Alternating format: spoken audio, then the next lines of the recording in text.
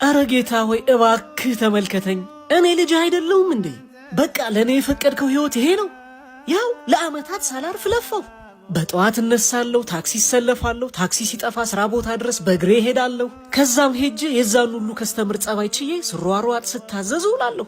ከዛ ድጋሚ ደግሞ ያን ሁሉ መንገድ ቀን በፀሐይ ማታ በዝናብ እየተቀጠቀጥኩ ድጋሚ ወደ ቤት ይመለሳል። እንደዛም ሆኖ ግን ጠብ የሚል ነገር የለም፣ ልፋት ብቻ። የሁሉም ኢትዮጵያዊ ታሪክ የሁሉም።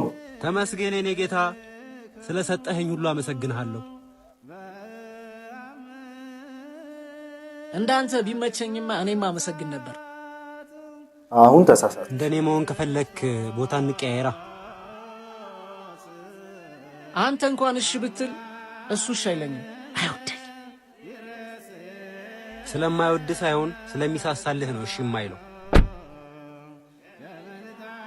ማክቤል እባላለሁ። ይኸውልህ ወንድሜ፣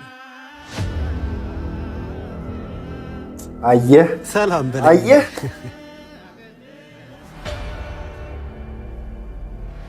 አታማር። እስኪ ወክ እያደረግን እናውራ። አሁን አንተ ስታማርባቸው የነበሩ ነገሮች በሙሉ እኔ ጋር የሚመጡ በረከቶች ነበር የሚሆኑት። በእግር ረጅም መንገድ መጓዝ፣ ለሰዓታት መቆም፣ ዝናብ ሲመጣ መሮጥ ለእኔ በጣም ምርቆቼ ናቸው። ዩኖዋት መሮጥ እንኳን ስሜቱ እንዴት እንደሆነ አላውቀውም። ኦፍኮርስ ገንዘብ አለኝ። ገንዘቤ ግን የመሮጥን ስሜት እንኳን ሊገዛልኝ አይችልም። እግርህን ሽጥልኝ ብል ስንት ብር ትሸጥልኛለህ? አረ በስመ አብ፣ ምን ሆናል? አየህ፣ ዋጋ ማተምንለትን ነገር ሰጥቶ ነው ያን ያህል ስታማርር የነበረው።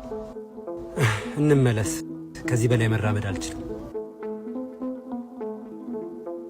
ምን አይነት ትምህርት! ማጣት፣ ስኬት፣ ውድቀት፣ መታመም፣ መዳን የሚባሉትን ነገሮች በሙሉ የምናገኛቸው በመኖራችን ውስጥ ነው።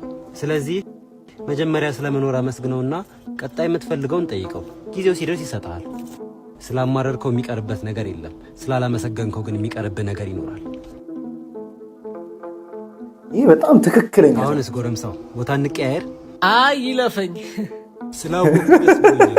ምናልባት ዛሬ ያገናኘን ይሄን ነገር እንድነግር ይሆናል። መልካም ቀን። እስቲ ሁላችሁም ኮሜንት ላይ ተመስገን እያላችሁ ጻፉ። ሁላችሁም ኮሜንት ላይ ተመስገን በሉ።